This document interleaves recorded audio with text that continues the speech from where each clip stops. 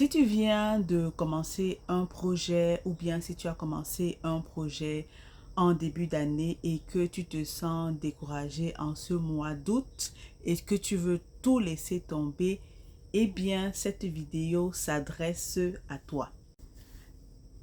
Dans cette vidéo, je vais te donner 5 astuces que moi j'utilise actuellement pour rester motivé dans les 2-3 projets que j'ai choisis pour le reste de l'année et éventuellement pour les années à venir. Donc, je t'invite à rester connecté si toi aussi tu veux avoir ces astuces pour pouvoir te réaliser et finir ce que tu as commencé. Il y a quelque temps de cela, je faisais une vidéo dans laquelle je parlais de motivation, la motivation qui est toujours à son paroxysme quand on vient de commencer un projet, on est enjoué, on s'imagine que we are just going to make it, it's going to be fine, ça va être excellent, ça va être facile, on peut y arriver, oui, on est dans les premiers jours, on est dans la première semaine, tout va bien, on croit que le monde nous appartient. Et puis, au fur et à mesure que le temps avance, la motivation diminue et tout simplement, on commence à laisser tomber ou bien on traîne les pieds à vouloir on traîne les pieds quand il s'agit de devoir, par exemple, aller à la salle de gym pour celles qui veulent perdre du poids ou bien qui veulent rester en forme ou qui veulent être en bonne santé ou bien continuer à manger ses fruits et ses légumes, éviter le grignotage pour celles qui ont décidé aussi d'être en bonne santé et de faire attention à leur alimentation ou bien il s'agit aussi de pour les auteurs de consacrer quelques minutes ou quelques heures par jour à son manuscrit ou pour les créatrices de continuer à partager du contenu sur la toile. Donc on sait que ce n'est pas évident quand on est maman ou quand on est parent, ce n'est pas toujours évident de trouver du temps. Et ça peut justement être un des facteurs qui fasse à ce que on soit démotivé parce que le fait qu'on doive toujours s'occuper des autres et avoir peu de temps pour soi, à un certain moment peut affecter la motivation. Donc c'est à ce moment-là que la motivation n'est plus utile et qu'il faille tout simplement continuer d'avancer. Mais ça, c'est le sujet on va en parler un peu plus dans la vidéo. Donc, pour rester motivé, il y a des prérequis qu'il faut avoir fait avant. Tout se dit dans prérequis, mais je tiens à être un peu plus explicite. Donc, il faut déjà savoir les objectifs ou les projets sur lesquels on veut travailler. Mesdames, soyons honnêtes, on est en août, décembre approche. Si décembre, c'est la limite que vous êtes fixé pour devenir une meilleure version de vous ou bien pour pouvoir, par exemple, avoir ce ventre plat dont vous rêviez depuis longtemps ou bien pour produire plus de contenu sur la toile ou être tout simplement plus sympathique avec votre entourage. Il faut avoir écrit ses projets quelque part. J'insiste bien sur l'écriture parce que certains des fois disent que oui, tout est dans ma tête, je retiens et tout. Je me suis rendu compte qu'il n'y a rien de plus fantastique et de plus puissant que l'écriture. Parce que quand on écrit, c'est déjà une manière, on cristallise en fait ce qu'on veut faire. On se sent obligé de devoir le faire et on retient mieux ce que l'on doit faire. Et le plus important en fait, c'est que l'écriture écrire ces projets en fait permet de pouvoir se relire, de pouvoir faire un bilan, de tout simplement de pouvoir faire un bilan en fait. Est-ce que voici ce que je voulais faire, où est-ce que j'en suis dans ce projet-ci, est-ce que j'ai pensé à passer à l'action dans les différentes étapes qui me permettent d'atteindre ce projet. Par exemple, si vous voulez avoir un ventre plat, c'est de vous lever chaque jour pour faire un peu d'exercice physique. bien sûr prévoir des moments de repos. Je ne suis pas entraîneur, mais c'est aussi important de se reposer. Donc, on est à la mi-août. Donc, moi, ce que je vous conseille, moi, de mon côté, j'avais plusieurs projets que je voulais réaliser jusqu'à la fin de l'année. Mais soyons honnêtes, mesdames, je n'ai pas assez de temps. Donc, pour le moment, ce que je me suis consacrée sur les grandes lignes, j'aimerais me consacrer sur tout ce qui concerne ma carrière. Donc, ma carrière, ma mission, l'une de mes missions, en fait, c'est de pouvoir parler de littérature, faire connaître les auteurs africains et parler aussi d'autres auteurs, les auteurs que j'aime. Donc, c'est comment est-ce que je réalise cela? C'est en faisant des vidéos, par exemple, sur YouTube et aussi en partageant du contenu sur Instagram. Donc, voilà. Donc, première chose, c'est de choisir un projet, de les avoir notés quelque part. La deuxième chose, on ne parlera à jamais assez du pouvoir des images. Est-ce que vous avez pensé à vous créer un tableau de vision? Le tableau de vision, pour moi, en fait, résume mes projets en quelques images. Pour moi, c'est plus visuel, c'est plus puissant. Ça me ramène directement à l'essentiel, à ce que je veux faire. Ça me permet justement de me remettre d'aplomb, d'attaque, de me motiver entre guillemets, ce qui me permet entre autres d'être discipliné. Donc, comme je le disais justement, le tableau de vision, c'est un outil aussi très puissant. C'est un outil aussi très puissant.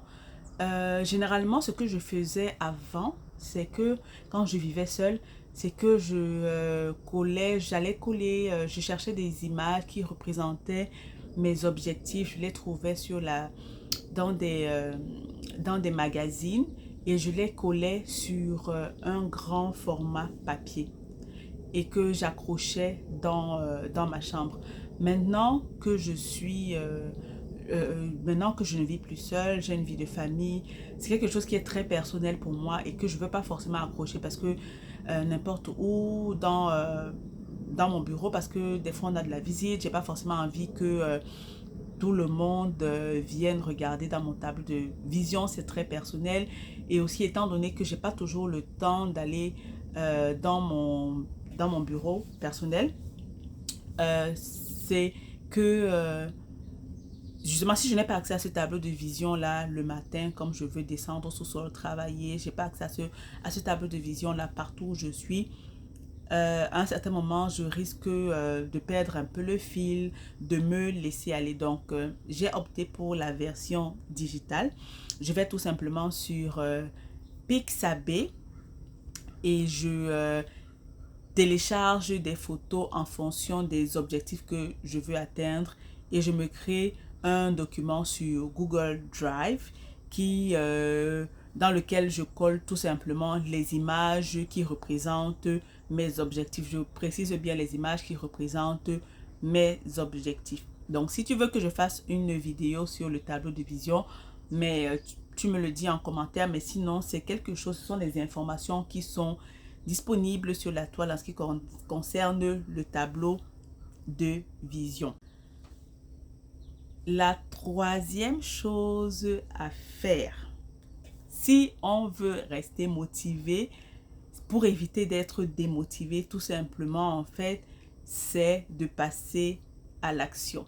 Donc, étant donné que vous êtes déjà lancé dans votre projet, passer à l'action, on n'est plus au stade de passer à l'action, on est au stade de rester dans l'action. Il faut rester dans l'action. Parce que si on veut que les choses arrivent, elles ne peuvent pas arriver d'elles-mêmes. Elles ne peuvent se produire que si l'on agit. Ce n'est que par l'action que les choses se produisent. Par exemple, si vous voulez manger sainement, ce que vous devez faire, c'est d'acheter des fruits, des légumes, tout ce qui concerne l'alimentation saine pour pouvoir manger sainement. Moi, de mon côté, généralement, ce que je fais, c'est que je prépare, si j'ai des fruits, je me prépare déjà des petites boîtes, même à la maison, je me prépare déjà des petites boîtes que je n'ai qu'à aller prendre au frigo au moment de manger. Donc, ça m'évite de me jeter sur du chocolat ou sur les biscuits de ma fille. Je ne suis pas parfaite. Cette semaine, je suis allée prendre un paquet de biscuits. Soyons honnêtes. Ça peut arriver, mais il ne faut pas que ce soit la norme. Donc là, par exemple, ce que je fais, c'est que je suis en train de filmer du contenu pour ma chaîne YouTube pendant que tout le monde est sorti. Donc, je continue de produire du contenu. Par exemple, cette semaine, j'ai pas eu assez de temps parce que j'ai les 2 enfants à la maison. Donc, c'est de rester dans le jus malgré cela. Parce qu'à un moment donné, je me suis dit, ok, comment est-ce que je vais faire pour filmer du contenu? Étant donné que j'ai les 2 enfants à la maison, je n'ai vraiment pas le temps de penser à ma chaîne YouTube. Donc, on fait comme on peut. Le matin, très tôt, j'essaye de penser pendant que je fais du sport. Ok, qu'est-ce que je peux partager sur le contenu? Je regarde d'autres vidéos pour m'inspirer. Donc, c'est vraiment de rester dans l'action. Si vous voulez faire du sport, c'est de continuer de se lever le matin. Même si vous n'en avez pas envie, c'est de vous lever, même de faire 10 à 15 minutes de sport. Par exemple, cette semaine, j'ai eu à faire 30 minutes de vélo. Et le lendemain, j'en ai fait juste 10 minutes de vélo, plus ma séance d'abdominaux. Je l'ai quand même fait. C'est très important parce que à un moment donné, si on laisse tomber, si on ne fait plus rien, eh bien, on ne fera plus rien en fait. Ok, on va se dire aujourd'hui, bon, je ne suis pas motivée, je n'en ai pas envie. Ok, demain, encore moins, on en aura encore moins envie. Et 2 jours de suite, sans travail, ça entraîne 3 jours, une semaine. Et puis à la fin de l'année, on est découragé, on se dit, on se sent mal, on se dit, ok, oh, vraiment, I feel sorry for myself. Je n'ai rien fait, vraiment, je suis déçue et tout. Mais vous êtes déçu parce que vous n'avez pas produit du contenu, vous n'avez pas travaillé sur vos objectifs. Donc, voilà. L'autre chose aussi, c'est que je suis convaincue que chacun est sur terre pour accomplir une mission particulière, aussi petite soit-elle. Vous avez quelque chose à faire. Donc, si ce que vous avez à faire se matérialise par le projet que vous avez choisi, par le projet que tu as choisi, c'est tout simplement la mission en fait devient ton pourquoi. C'est de penser au pourquoi. Pourquoi est-ce que je le fais?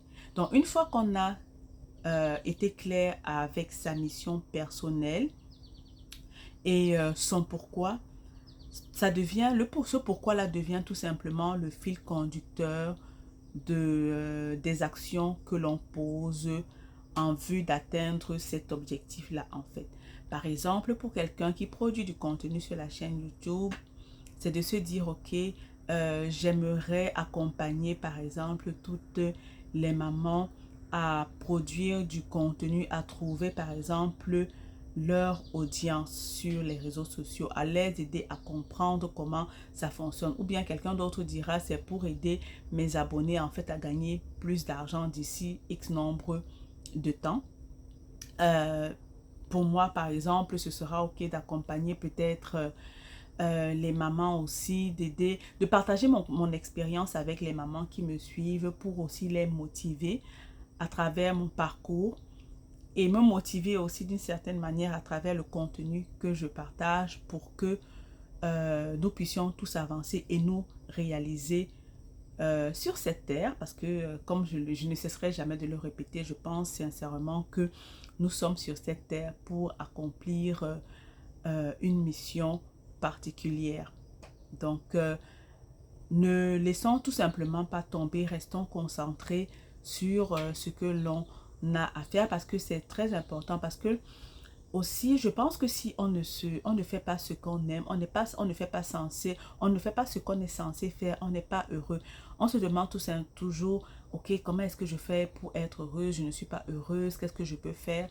Eh bien, ça passe aussi par la réalisation de votre mission, mesdames. Faites ce que vous aimez, faites ce que vous êtes censé faire sur cette terre, faites ce pourquoi le Seigneur vous a mis sur cette terre. Dernièrement, j'écoutais la parabole des talents. Je pense qu'on dit la parabole des talents dans la Bible, en fait, où Dieu distribue, voilà, un monsieur qui distribue des talents à différentes personnes. Et à un, il donne un talent, à l'autre, il donne 2, 3, 4, 5. Et à la fin, il revient demander des comptes. Donc, à la fin, Si Dieu vient vous demander des comptes par rapport au talent qu'il vous a donné, qu'est-ce que vous allez lui répondre? Donc, let's keep at it. On continue de travailler et on avance. La cinquième et dernière chose à faire pour rester motivé, tout simplement, c'est de faire des bilans hebdomadaires, des bilans journaliers. Donc, une fois que en début de semaine, on s'est fixé des objectifs, en début de mois, on s'est fixé des objectifs à atteindre au cours du mois, ou bien au cours de la journée, au cours de la semaine, c'est de s'asseoir le soir et de prendre, en fait, tout simplement sa liste de choses à faire et de se dire, OK, qu'est-ce que j'ai fait, qu'est-ce que j'ai fait, qu'est-ce que je n'ai pas fait, qu'est-ce que je n'ai pas fait, et peut-être pourquoi est-ce que je n'ai pas fait telle chose, comment est-ce que, qu'est-ce qui m'a empêché d'atteindre, de travailler sur telle ou telle chose, ou poser telle action. Comment est-ce que demain je peux m'améliorer? Est-ce que j'avais peut-être mis trop de choses sur ma liste? Si c'est le cas, peut-être se dire, OK, demain je vais juste mettre 3 choses, 3 tâches à exécuter sur ma liste pour être sûr au moins que ces tâches-là, je les aurais faites. Et si peut-être à la mi-journée, on se trouve, oh my God, on a tout fait. Là, on peut se dire, OK, j'ajoute 3 autres tâches sur ma liste et ainsi de suite. Et à la fin de la journée, vraiment de faire le bilan, de se dire, OK, qu'est-ce que j'ai fait? Super, de se féliciter parce que on est notre motivateur premier, on est la personne on s'encourage soi-même d'abord et aussi à la fin de la semaine de faire le bilan hebdomadaire. En faisant le bilan hebdomadaire, en fait, ça nous permet d'être constant, de rester tout le temps connecté à nos objectifs. Donc, allez-y, faites des bilans, écrivez vos objectifs, écrivez les projets que vous voulez réaliser. Vous verrez l'écriture, il n'y a rien de pareil que l'écriture. Donc sur ce, je vous remercie beaucoup de m'avoir écouté. On se dit à bientôt dans une nouvelle vidéo. Et bien sûr, si vous avez aimé, n'oubliez pas de partager la vidéo autour de vous et aussi de laisser des commentaires en bas. Ça me motive aussi, ça me permet d'avancer, ça me permet de savoir ce qui vous inspire, ce qui vous plaît sur cette chaîne. On se dit à bientôt dans une nouvelle vidéo. Ciao!